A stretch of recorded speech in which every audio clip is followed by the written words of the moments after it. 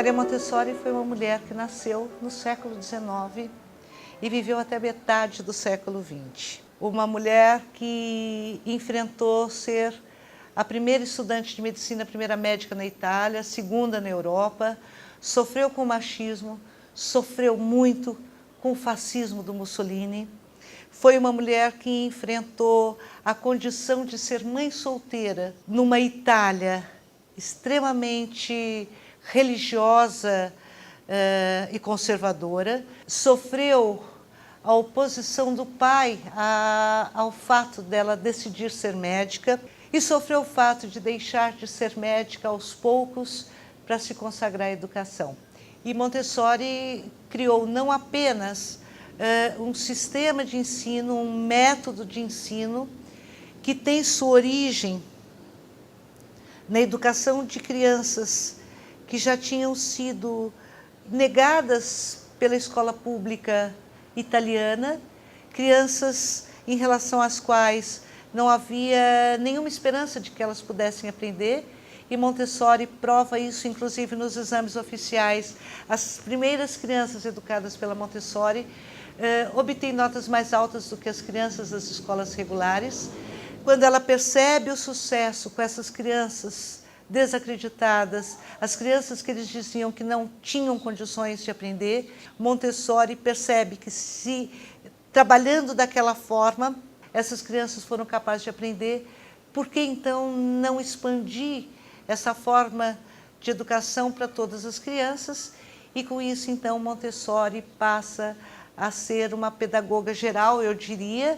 Montessori viveu na Índia, Montessori foi para a África, Montessori viveu no mundo, tanto que ela ganha o título de cidadã do mundo, e ela, embora tenha nascido na Itália, como cidadã do mundo, ela vai morrer na Holanda, e talvez assim uma coisa emblemática, tendo morrido na Holanda, ela foi enterrada num cemitério de crianças. E as fotos que a gente tem da Montessori ao longo da vida são fotos de uma mulher sempre rodeada por crianças, e que vale a pena perceber, inclusive, como Montessori nunca está em pé e as crianças abaixo dela. Há sempre uma preocupação da Montessori de ficar à altura das crianças, né?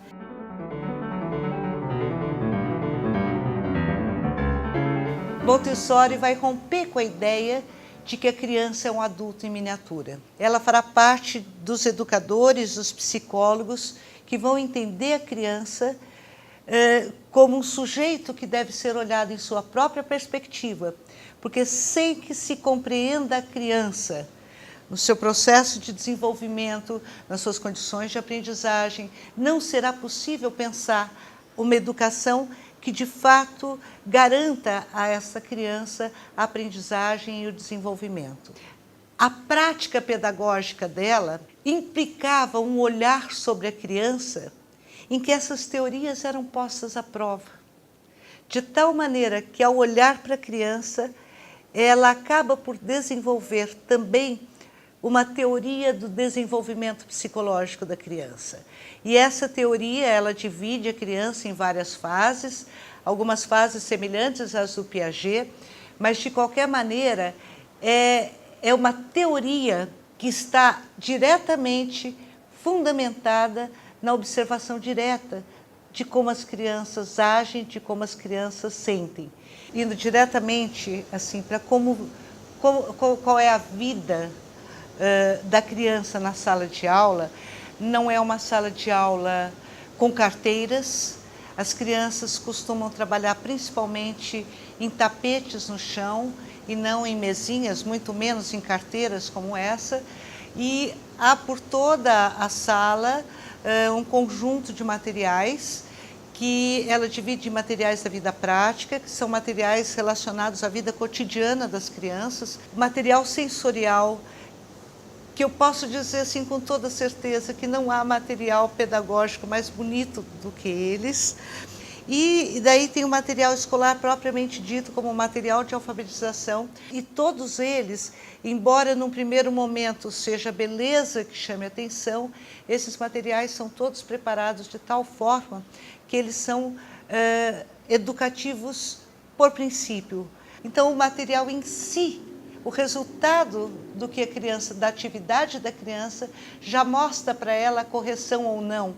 E quando não está correto, está ali a possibilidade para que ela possa encontrar e acertar. Não há um professor que diga isso está errado ou isso está certo. Portanto, a função do professor, segundo a Montessori define, é aquela de observar a criança, para que ele possa ajudar a criança quando ela pede a ajuda do professor.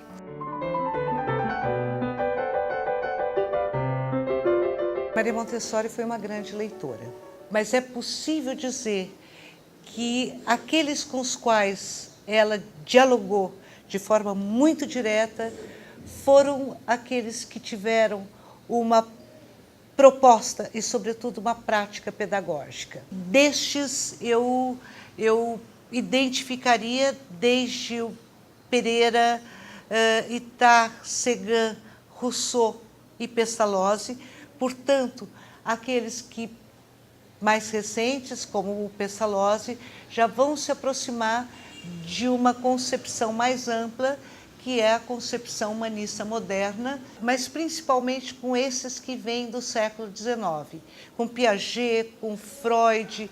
Assim, ela está atualizada com os suíços do Instituto Jean-Jacques Rousseau, como Claparède, que é bastante citado por ela, e todos esses, eu diria, estão dentro deste grande espectro que é o interacionismo e que eu definiria de uma forma bem grosseira como a consideração de que a criança traz consigo aspectos que são inatos e, ao mesmo tempo, essa criança depende do ambiente para o seu desenvolvimento e que não é a somatória de ambiente, condições hereditárias que determinam o desenvolvimento da criança, mas será justamente a relação, a interação que se estabelece entre esses fatores.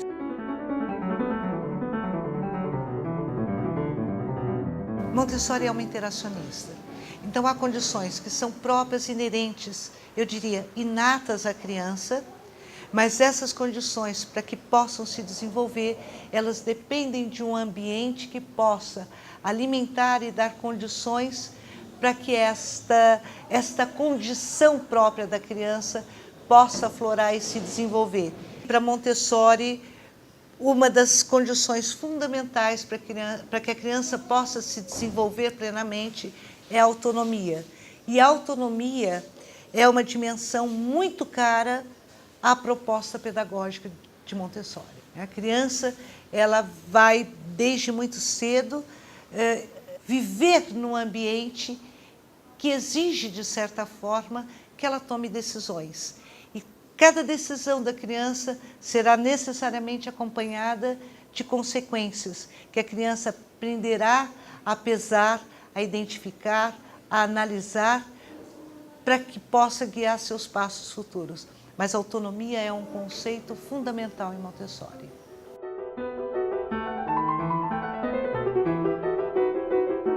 Montessori criou um sistema bastante estruturado da sua pedagogia. E muitas escolas, no Brasil inclusive, existiram escolas que tinham a chancela do Instituto Montessori, que inclusive foi dirigido por muito tempo, depois da morte dela, pelo próprio filho, pelo Mário Montessori. No entanto, pela própria riqueza proposta pelo método, muitas escolas começaram a diversificar, a trazer outros elementos. Então, é muito difícil que hoje nós encontremos, no Brasil especificamente, uma escola que seja propriamente uma escola montessoriana. É um processo de ensino que podemos chamar de individualizado, preparado especificamente para cada criança. As atividades estão disponíveis e cada criança escolhe que atividade realizar. E esta atividade será sempre aquela atividade que a criança não só se interessa, mas, sobretudo, aquela atividade que a criança percebe que consegue fazer. Muitas vezes a criança escolhe um material, no entanto, este material, logo a criança percebe que não consegue trabalhar com ele. Ela deixa esse material e escolhe outro. Mais tarde, quando essa criança tiver um repertório suficiente para trabalhar com outro material, com aquele primeiro, ela volta a ele. Então, assim, embora Montessori, em toda a sua integralidade, seja rara hoje, por outro lado, eu diria que Montessori está bastante difundida pela educação.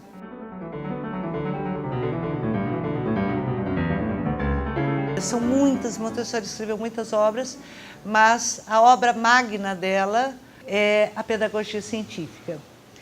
Quem quiser conhecer mais sobre essa psicologia do desenvolvimento da criança, segundo Montessori, tem no Brasil, foram traduzidas 2 obras com os títulos A Mente da Criança e A Criança. A Cassiana Rosa, o livro dela sairá, é o livro sobre a tese dela.